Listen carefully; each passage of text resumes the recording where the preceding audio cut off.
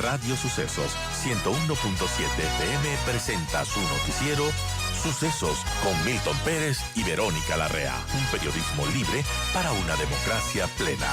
Los hechos y las opiniones de los sucesos que marcan nuestro tiempo.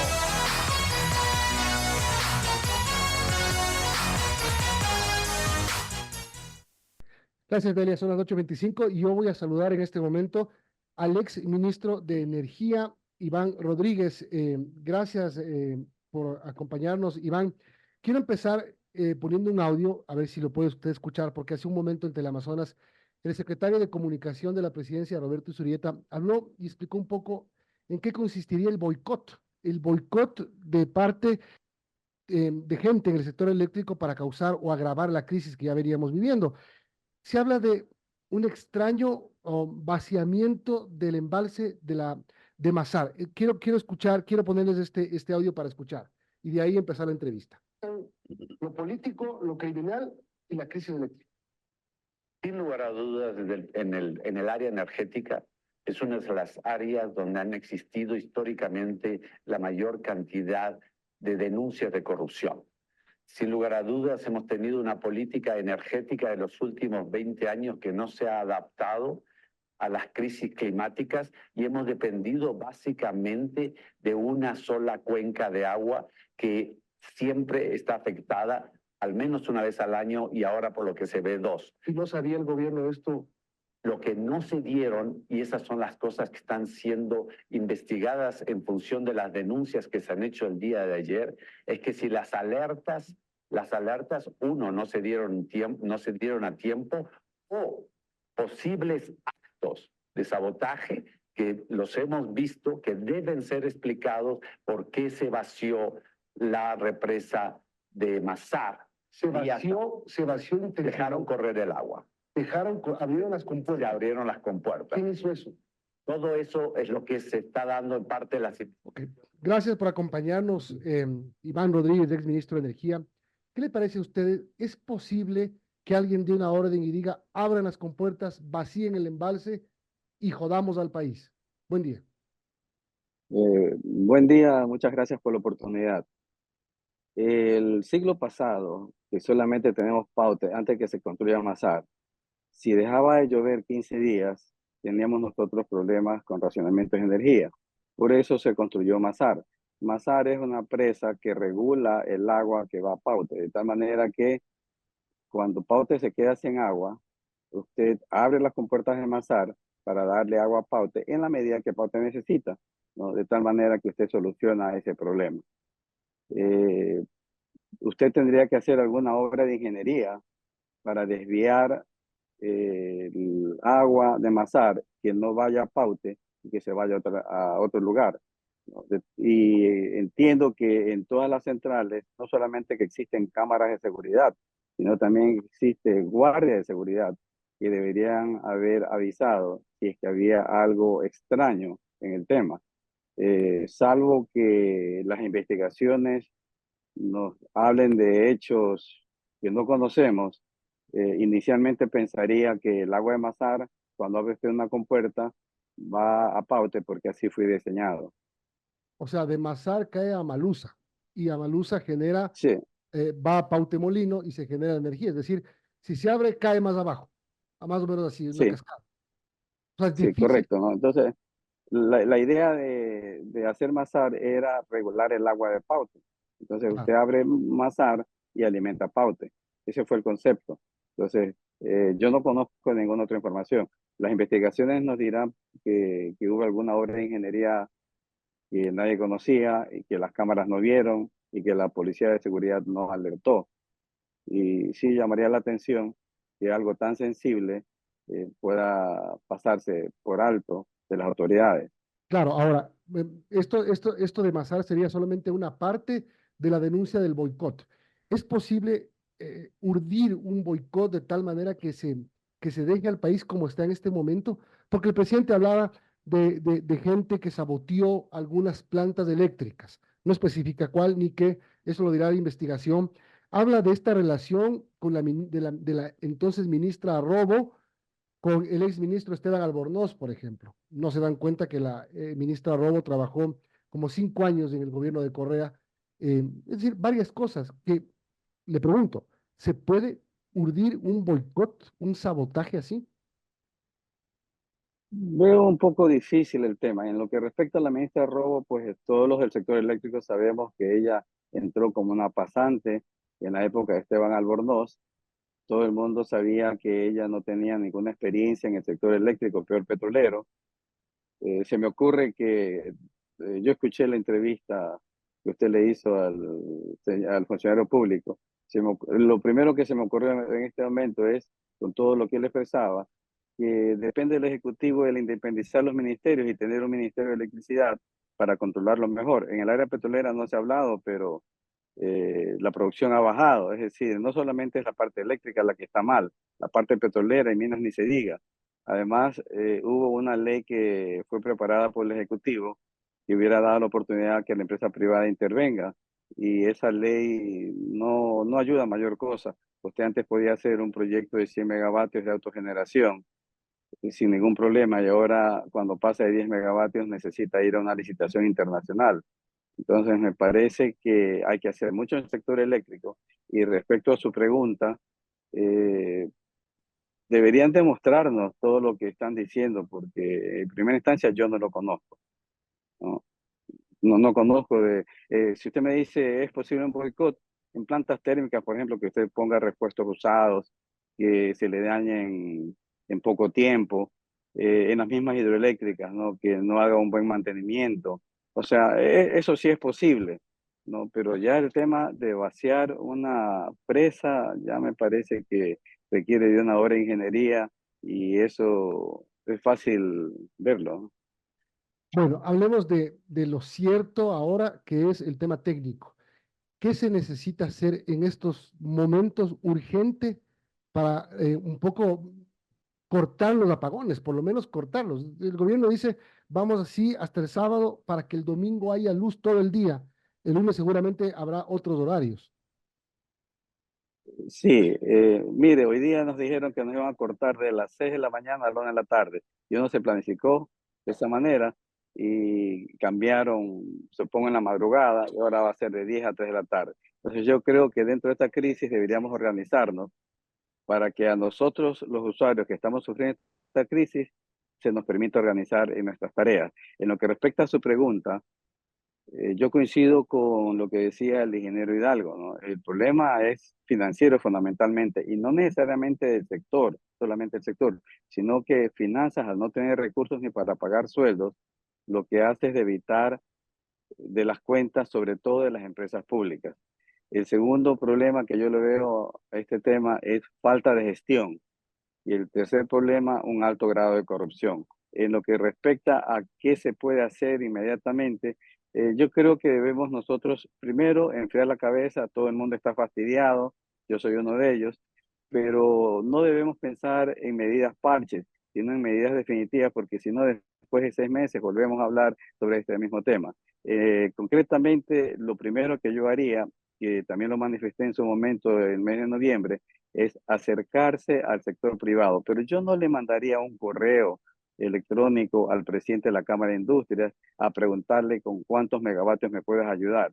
Yo iría a la fuente, quiénes son los que te están comprando diésel, ¿no? Y haría una acción personalizada, planta por planta, y decirle, a ver, ¿con cuánto me puedes ayudar? ¿Tienes un generador de 100 kilovatios? ¿Cuál es tu problema? ¿Tienes flujo para comprar diésel? No, no tengo flujo. Ok, te voy a dar facilidades o te voy a dar crédito y luego lo cruzamos.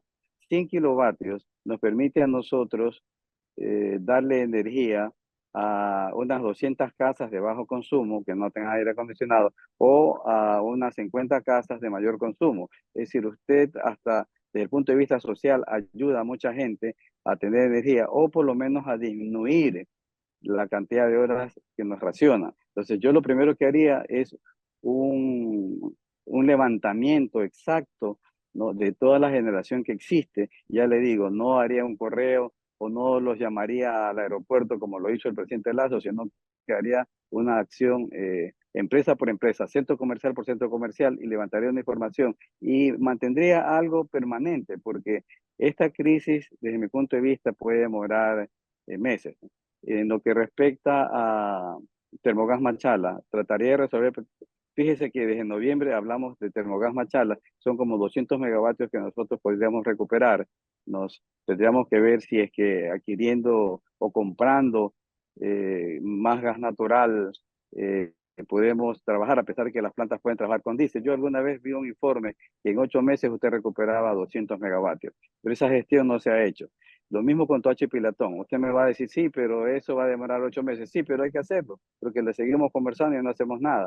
O sea, puntualmente, lo único que se me ocurre a mí en este momento es terminar los mantenimientos de las plantas térmicas o hidroeléctricas, que por sobre todas las cosas yo le pediría ayuda al sector privado, le daría exoneración de aranceles a aquellos que puedan incorporar más generación, le daría algún tipo de ayuda en la parte de impuestos, en la parte tributaria, le ayudaría en financiamiento. Y fácil usted puede tener entre 50 y 100 megavatios. Usted me va a decir, sí, pero el déficit es 400, pero por lo menos disminuimos las horas de racionamiento, Claro. ¿no? Y simultáneamente yo creo que debe usted armar un comité de crisis permanente. Pero ese comité de crisis, y lo dije ayer en Teleamazonas, no, creo que nosotros como Cámara de Construcción eh, coincidimos con el presidente de la emergencia, pero quisiéramos apoyarlo en este comité de crisis que transparente todos los problemas del sector. Lo escuchaba usted, la posibilidad de una barcaza. Mire, a mí no me agrada en primera instancia, pero si no tengo otra alternativa, yo contrataría una barcaza por varios meses hasta que logre entrar, supóngase, eh, Termogas Machala. Si eso es 8 meses, bueno, eso me va a costar menos que comprar energía a Colombia. ¿Les conviene a los dueños de las barcazas hacer un contrato a 8 meses nada más? ¿Les significa réditos económicos a ellos? Bueno, yo no tengo contacto con ninguna de las barcazas, pero si usted tiene una barcaza parada y le dicen 8 meses y él le dice, no, mínimo 12 meses, bueno, negociamos, pues, ¿no? Claro. Y si Y hay son 12 barcazas, meses, 12 meses, pues.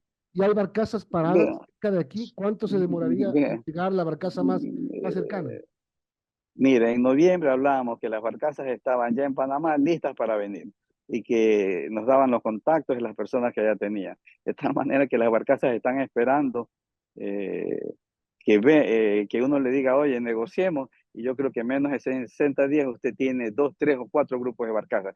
Y algo que quisiera mencionar, entre los problemas a mediano plazo, yo considero que usted debe reemplazar las plantas térmicas de la costa, ¿no? Son 400 o 500 megavatios. Va a decir, no hay recursos, ok, entonces hagamos un préstamo de gobierno a gobierno, digámosle acá, digamos a David, que financie esas plantas térmicas, olvidémonos de reparar esas plantas que ya tienen más de 50 años. Y usted se va a demorar de repente un año, año y medio en tener esas plantas térmicas, pero ya está buscando soluciones definitivas al problema eléctrico. Y yo sí insisto, ese ministerio eléctrico debe ser independiente de petróleo, porque todavía no nos hemos dado cuenta que la producción petrolera ha bajado tremendamente. Ustedes hablaban anteriormente sobre el tema del gas natural. Corpey está ofreciendo una ayuda para armar una unidad que se encargue de la exploración de gas natural. Eso serviría no solamente para Termogas Machala, hacer las plantas térmicas que usted podría adquirir para la costa, podrían trabajar con gas natural. Recuerde que dentro del plan maestro hay 1000 megavatios con gas natural cuyo proceso no tuvo ningún oferente. El gas natural es una solución amigable completamente y de menor costo, ¿no? Entonces yo creo que usted, si está pensando en una barcaza, si está pensando en soluciones parches, simultáneamente debe ir analizando todos los problemas que tiene el sector, ¿no? Y ya tener una hoja de ruta e irlo solucionando, porque si no volvemos a hablar cada 3 meses es lo mismo. Son las 8:39. Estamos conversando con Iván Rodríguez, ex ministro de Energía. Vuelvo un segundito al tema de los privados. Ahí se pueden hacer varias cosas, digamos dos de entrada. Pedirles que autogeneren, es decir, que ellos se sostengan los que pueden, tienen esa capacidad. Y segundo, como usted decía, pedirles que le vendan energía al Estado. Sí, bueno, ellos no necesitan vender energía al Estado porque ellos se autogeneran. Lo que hay que es ayudarlos con incentivos Con incentivos, tributarios. con los incentivos que usted dice, Sí, sí, incluso sí. hablando de Es combustible, digamos. Sí, tiene que darle incentivos porque si yo soy un empresario privado y no tengo en mi flujo la compra de combustible, necesito ayuda. O sea, yo estoy dispuesto a ayudar, pero también ayúdame con combustible, dame un crédito tributario, dame un crédito en algún banco. Es decir, hay que negociar, pero ya le digo, no es cuestión de mandar un correo, sino de sentarse a negociar. Otra alternativa es paneles solares. Si usted le permite, baja los aranceles. Los paneles solares entiendo que pagan unos aranceles. Bueno, no están pagando, pero si usted permite a una persona natural, supóngase, yo quiero instalar paneles solares para mi casa, ¿no? Y yo me voy a ahorrar, yo le voy a disminuir a la empresa eléctrica, supóngase que $1,000 o $2,000 al año, que me permitan a mí deducir el impuesto a la renta, lo que yo le estoy ahorrando a la empresa eléctrica, ¿no? ¿Por qué? Las empresas, o sea, la actual ley le permite a las compañías hacer esa deducción de impuestos, pero solamente es para las compañías, no a las personas naturales. Y el otro problema es que cuando usted quiere adquirir un panel solar, tiene que conseguir lo que se llama un medidor bidireccional, que mida de ida y de regreso. Usted va a hacer ese trámite a CENEL o a una empresa eléctrica y se le demoran 4 meses. Entonces, esos trámites deberían ser inmediatos, ¿no? Debería haber alguna disposición superior para que todo esto se agilite y la gente comience a pensar en autogeneración. Solar es una alternativa, generadores de gas natural es otra alternativa, generadores a diésel es otra alternativa. Es decir, alternativas existen, pero necesitamos un liderazgo del gobierno, ¿no? Vender esa idea, ¿no? Y generar confianza al sector privado, porque el sector privado tiene temor que el Estado no le cumpla. Ahora, ¿cuál es el proyecto? Y para finalizar ya, ingeniero, más grande que se debería concretar ya para tener algo digamos, para cubrir el déficit que tenemos? Creo que tenemos un déficit de 400 megavatios al año. Tenemos el Aromo, el proyecto fotovoltaico de 200 megavatios por 144 millones. Billonaco 2, el proyecto eólico por 110 millones, por 110 megavatios por 181 millones. Y algo más pequeño con Onopus, fotovoltaico de 15 megavatios. Pero aparte tenemos estructurado el proyecto Cardenillo, por una capacidad de 569 megavatios, perdón, y el Santiago por una potencia de 2.400 megavatios.